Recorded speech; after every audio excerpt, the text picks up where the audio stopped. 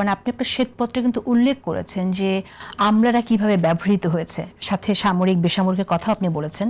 তাহলে আমলারা একটা সময় তাদেরকে ব্যবহার করা হয়েছে বা তাদের একরকম তারা নিজেরাও হয়তো ইনভলভ হয়ে গিয়েছিল। ইন্টারিম সেটা আসলে কতটুকু পেরেছিল, আমলাদের উপর কতটুকু নির্ভর ছিল, বা আমলারা ইন্টারিমকে প্রভাবিত করেছিল কিনা? ইন্টারিম দেখুন, ওনারা যে দেশ পেয়েছেন উত্তরাধিকার সূত্রে, তারা বিভিন্ন আগের সরকারের সেই সময়ের সরকারের মানে ওই সমস্ত জায়গাতে তারা অবস্থান করছিলেন। তারপরে ওনাদের সরিয়ে দিয়ে ওনারা এমন কিছু মানুষ নিয়ে আসলেন এবং তারা অবশ্যই রাজনৈতিকভাবে প্রস্তাবিত হয়ে এসেছে বিভিন্ন সেই সময়কার বড় দুটি দলের কাছ থেকে, তিনটি দলের, আরেকটি দল তখনও হয়নি, তো তাদের কাছ থেকে হয়েছে।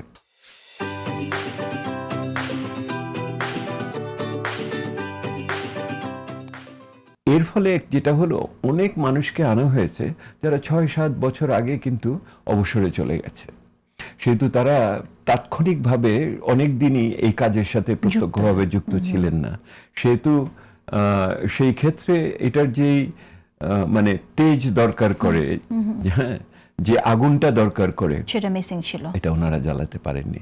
এবং যে সমস্ত সংস্কারের ভিতর দিয়ে আমলাদের স্বেচ্ছাধীন সিদ্ধান্ত নেওয়ার ক্ষমতাকে খর্ব করে, সেগুলি ওনারা ছাড়তে চাননি।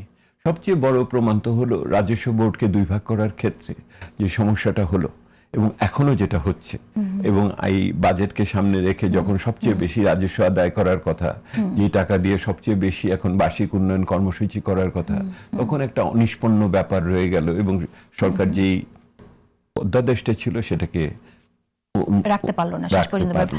সেহেতু এইটা একটা বড় শিক্ষা, সেটা হলো যে